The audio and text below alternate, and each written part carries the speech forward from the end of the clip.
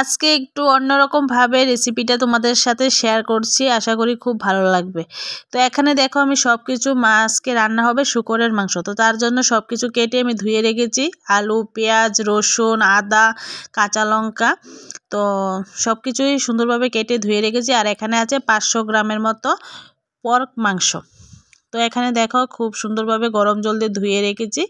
আর এখন আমি মিক্সি জারে পেস্ট করে নেব। দেখো এখানে দিয়েছি কাঁচা লঙ্কা, আর কাঁচা লঙ্কার পরিমাণটা দিয়েছি 6-7টার মতো। আর এখানে দিয়ে দিলাম পেঁয়াজ দিয়ে দিলাম, আদা দিয়ে দিলাম, রসুন দিয়ে দিচ্ছি। তো এখন এগুলি আমি ভালোভাবে পেস্ট করে নেব। আর কাঁচা লঙ্কা আজকের আমি মাংসটা একটু লাল কালার করবো, এর জন্য কাঁচা লঙ্কার পরিমাণটা কম দিয়েছি। তো চলো, তো এখন দিয়ে দিলাম গোটা পেঁয়াজ, আলু দিয়ে দিচ্ছি। তো আলু দিয়ে দিলাম, এখানে দিয়ে দিলাম গোটা রসুন, পেস্টও দিয়েছি দেখলেই তোমরা। আর দেখতেই পারছো যে কতটা আমি কাঁচা গুঁড়ো লঙ্কা দিয়েছি। তো চলো, গুঁড়ো লঙ্কা আছে 3 চামচের মতো অনুমান করে দিয়েছি। আর হলুদ আছে 1 চামচ, তারপরে জিরা ধনিয়া প্রায় 2 চামচ করে আছে। মশলার পরিমাণটা আমি বেশি করে দিয়েছি। লবণ দিয়ে দিলাম অনুমান করে, আর একটু সরিষার তেল। তো এখন এটা ভালোভাবে মেখে নেব। জিরার গুঁড়া দিয়েছি 2 চামচ, ধনিয়ার গুঁড়া দিয়েছি 2 চামচ, হলুদ দিয়েছি 1 চামচ, গুঁড়ো লঙ্কা প্রায় 2 থেকে 3 চামচের মতো হবে। তো চামচ ছাড়া যেহেতু দিয়েছি অনুমান করে, সেটাই বললাম। তো চলো, এখন পেস্টও দিয়ে দেব। পেস্টটা দিয়ে এখন আমি আরও ভালোভাবে মেখে নেব। সবগুলি একসাথে আগে ভালোভাবে আমি মেখে নিচ্ছি। আর যারা যারা এই শূকরের মাংস খেতে ভালোবাসো তারা প্লিজ কমেন্ট করো, আর যারা না ভালোবাসো তারাও কমেন্ট করো। তো এখানে দেখো কড়াইয়ের মধ্যে দিয়ে দিলাম বেশ খানিকটা তেল। তেলের মধ্যে এলাচ, দারচিনি দিয়ে দিলাম, 2টা তেজপাতা দিয়ে দিয়েছি, আর কুচানো পেঁয়াজ দিয়ে দিয়েছি। তো এখন এটি একটু আমি লাল করে ভেজে নিই।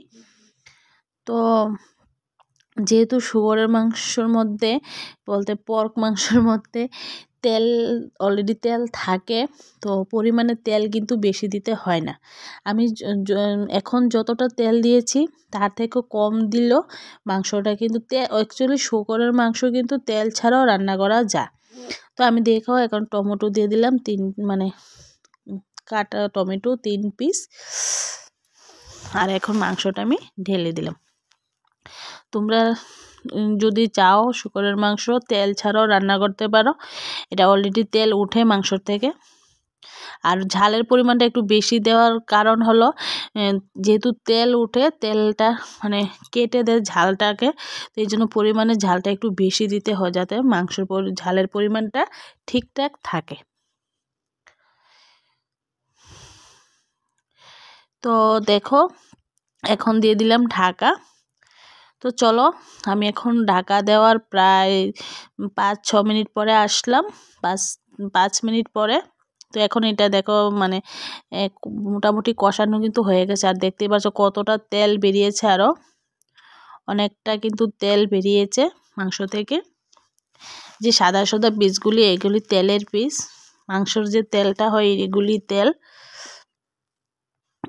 তো আমার ভালোভাবে আমি এটা কষিয়ে নিয়েছি। এখন দিয়ে দিলাম জল বেশ খানিকটা, এখন ভালোভাবে ফুটিয়ে নেব। আর আজকের ঝোলটা একটু রাখবো, আমি একদম কষা কষা করব না। তো চলো, অনেকক্ষণ ফুটানোর পরে এখন আমি দিয়ে দিলাম গরম মশলা দিয়ে দিচ্ছি। আর এগুলি কিন্তু সিদ্ধ হয়ে গেছে অলরেডি। শূকরের মাংস রাঁধতে কিন্তু বেশিক্ষণ সময় লাগে না, এগুলির মধ্যে কিন্তু হাড় নেই, বেশিরভাগই মাংস তেল চর্বি। তো চলো, এখন আমি মাংস রান্না কমপ্লিট। দেখতেই পারছো কতটা তেল বেরিয়েছে, শুধু তেল আর তেল দেখা যাচ্ছে।